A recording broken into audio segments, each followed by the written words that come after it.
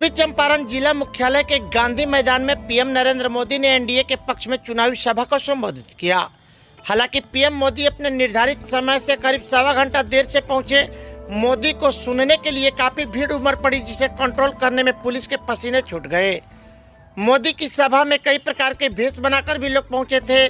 कुछ लोग अपने शरीर पर पूरा पेंट कराकर कमल का निशान बना लिए थे, तो कहीं सिंघा बजाकर लोगों को आकर्षित किया जा रहा था। पीएम नरेंद्र मोदी ने मतदाताओं को संबोधित करते हुए कहा कि बिहार की जनता जंगल राज को नहीं भूली है। पहले यहाँ कई प्रकार के उद्योग चलाए जा रहे थे, जिनमें लूट अपहरण चरण पर था। बिहार की जनता सुरक्षित नहीं थी। अंधेरे में जीवन जीने के लिए लोग मजबूर हो गए थे। लेकिन नीतीश कुमार के शासन में बिहार का पूरा विकास हो रहा है। आज हर घर बिजली, हर घर नल का जल, महिलाओं के लिए रसोई गैस, सबके लिए राशन की बेहतर व्यवस्था की गई है। राजद को आड़ों हाथों लेते हुए पीएम ने कहा कि जिन लोगों ने बिहार को जमकर लूटा, उन्हीं परिवारों के जुराज नया बिहार बनाने की बात करते हैं। मतदाताओं से अपील करते हुए पीएम ने कहा कि बिहार की बेहतर विकास के लिए एनडीए प्रत्याशियों को वोट देने की बात की।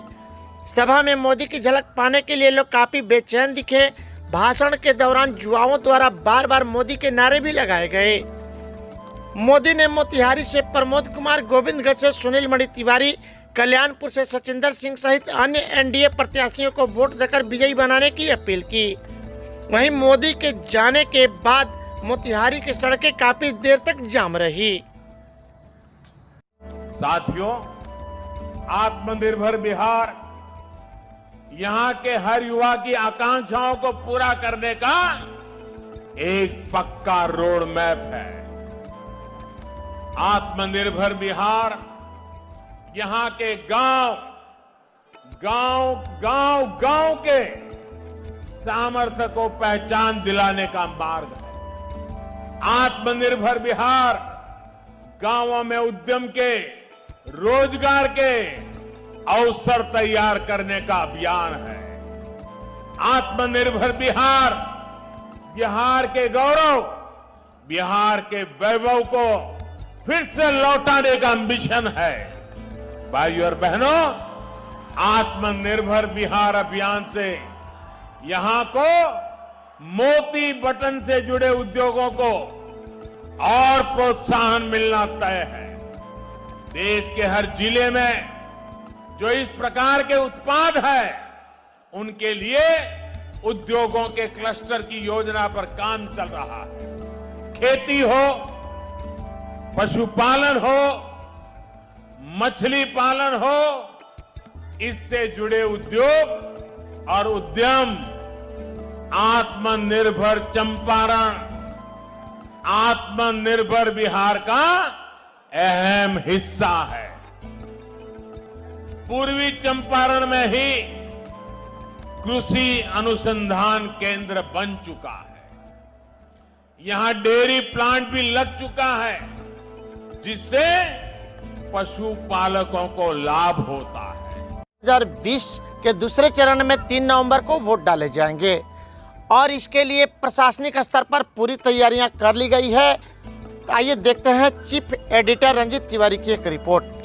बिहार विधानसभा चुनाव 2020 के दूसरे चरण का मतदान 3 नवंबर को होना है। 3 नवंबर को दूसरे चरण के मतदान को लेकर यहां पर एक आदर्श बूथ केंद्र बनाया गया है, जिसकी तैयारियां आज अंतिम चरण में हैं।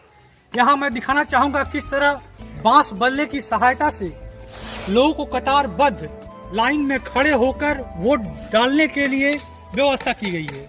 साथ ही ऊपर पंडाल का भी निर्माण किया जा रहा है, ताकि लोगों को धूप से और गर्मी से बचाया जा सके।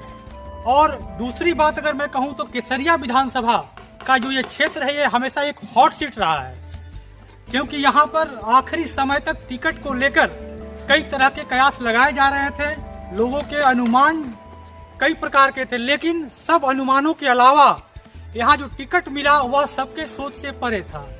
यह एक हॉट सीट है और इसी को लेकर आज तक यह अनुमान लगाना कठिन है कि जीत का ताज किसके सर चढ़ेगा। लेकिन 3 नवंबर को जो मतदान होगा, उस मतदान के बाद 10 दिसंबर को जब चुनाव की गिनती होगी, उस समय यह दिलचस्प रहेगा कि यह सीट किसके माथे में चढ़ता है या यह सीट का सरताज कौन बनता है।